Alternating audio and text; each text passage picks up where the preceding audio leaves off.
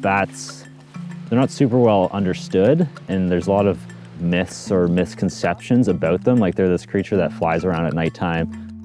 You don't get to see it up close, but they're very important to the environment. We have 8 species here in Ontario. Currently, 4 of those have been designated as endangered, with another 3 currently getting uplisted to endangered as well. We have 3 areas of where our bat work is focused here in Shawanaga. The first one is our local populations. It was actually the kids at the school in kindergarten that were like, oh, if you want to know about bats, you have to go check out the church. We started monitoring it, doing multiple roost counts, trying to calculate an effective population size, which then led us into catching the bats and netting them, putting trackers on them, seeing where they're going in the community. It sort of all started right in the community at the old church. So community bat night, we have these large nets up.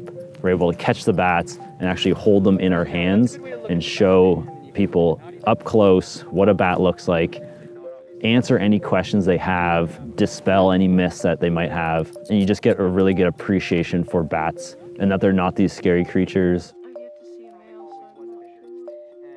We're catching over 100 bats easily in a night, so it's a big teamwork effort too.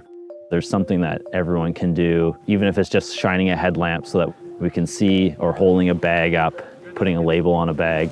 There's something for everyone to do there and take part of.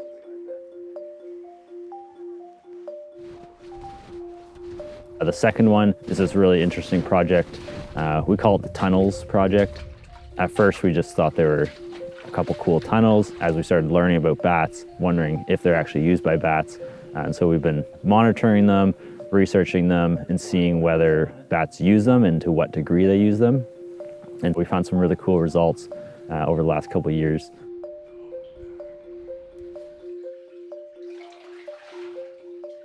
The last project we call Apakwaanaajiinh Mnidoo Gamii, or Bats of Georgian Bay.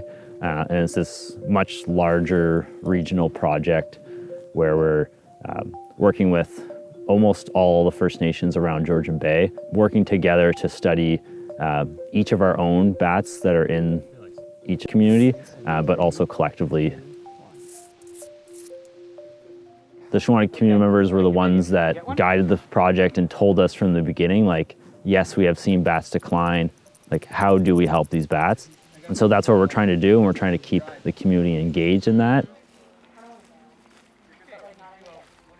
The voices of First Nations are often overlooked or added in as an afterthought, and we wanted to make sure that because bats are declining, they need help, we wanted a First Nation voice to be one of the most prevalent. Knowing that First Nations are those original stewards of the land, they know their land really well, it gives a great framework to help study the bats that we have around here and sort of understanding them. We have all these First Nations now doing really good bat work. We want to continue that bat movement moving forward.